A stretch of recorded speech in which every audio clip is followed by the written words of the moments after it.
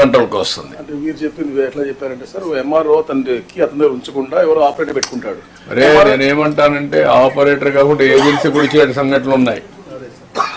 ఇవన్నీ ఆ కేసులను బట్టి డిసైడ్ చేద్దాం. ఏది డాక్యుమెంటరీ ఎవిడెన్స్ ఏదో కావాలని ఇచ్చేసి వాళ్ళు కలిసి మ్యానిపులేషన్ జరుగుంటే మీకు సైబర్ సెక్యూరిటీలో అవన్నీ వస్తాయి. అవి కూడా తీసుకోండి ఎవిడెన్స్ కింద పనిష్మెంట్కి. ఒకవేళ జెన్యూన్ గా ఉంటే ఐ డోంట్ మైండ్. ఏదైతే ఇర్రెగ్యులర్ గా చేశారో అలాంటివన్నీ ఇవన్నీ లింకింగ్ ఎవిడెన్స్ కింద తీసుకొని you go for if necessary collector and SP. దీన్ని పర్ఫెక్ట్ గా నేనేమంటానంటే భవిష్యత్తులో కూడా భయం ఉండాలి. ఇల్లీగల్ ప్రాపర్టీస్ ఎవడు ఎన్క్రోచ్ చేసినా, ఎవడు గ్రాప్ చేసినా, ఎవరు ఇల్లీగల్ గా ట్రాన్స్ఫర్ చేసుకున్నా పనిష్మెంట్ ఉంటుంది. భయం ఉండాలి. భయం ఉంటే నోబడి విల్ కమ్.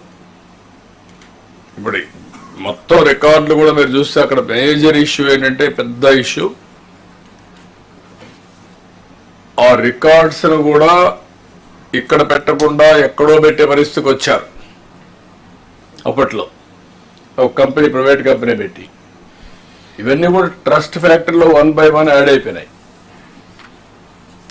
సో మనకు యాక్షన్స్ కొన్ని జరిగాయి, కొన్ని ఇల్లీగల్ గా జరిగాయి. ఇవన్నీ ఉన్నాయి.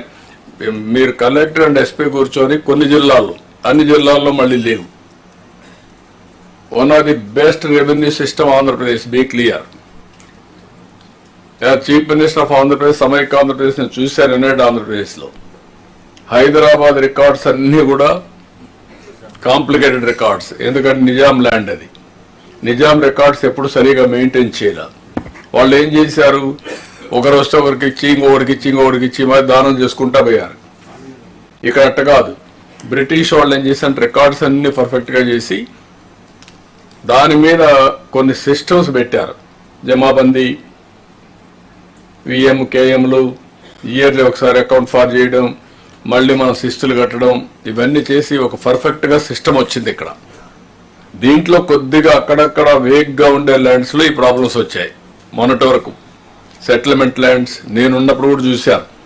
కంబైన్డ్ ఆంధ్రప్రదేశ్ సెటిల్మెంట్ ఉంటే ఎవడో ఒకరు ఉంటాడు, ఒక ఆఫీసర్, సెటిల్మెంట్ ఆఫీసర్, ఎక్కడో కూర్చొని ఒక ఆర్డర్ ఇచ్చేస్తాడు ఎక్కడుండో వరకు. అలాంటి చాలా జరిగితే సెటిల్మెంట్ ఆఫీసర్ తీసేసి జాయింట్ కలెక్టర్లకు ఇచ్చాం. ఆ సెటిల్మెంట్ అథారిటీ తీసేసాం. ఇప్పటికి కూడా నాకు జ్ఞాపకం, ఒక ఏవి రెడ్డి ఉండేవాడు నెల్లూరులో. అన్ని క్యాన్సిల్ చేసేసారు. So many illegal orders. ఇప్పుడు మీరు చూస్తే ఆర్డర్స్ చూస్తే ఆ ఏవి రెడ్డి ఆర్డర్స్ ఉంటాయి. మొత్తం రాయించారు. సర్టిఫికేట్ చుట్టుపక్కల ఉండే ల్యాండ్స్ అని రాయి చేశాడు. ఆ సర్టిఫికేట్ నుంచి నేరుగా వరదపాలెం ఆ ఏరియా అంతా గవర్నమెంట్ ల్యాండ్స్ ఉంటాయి. సెటిల్మెంట్ అని ఇచ్చేసి మొత్తం లాగిచ్చాడు.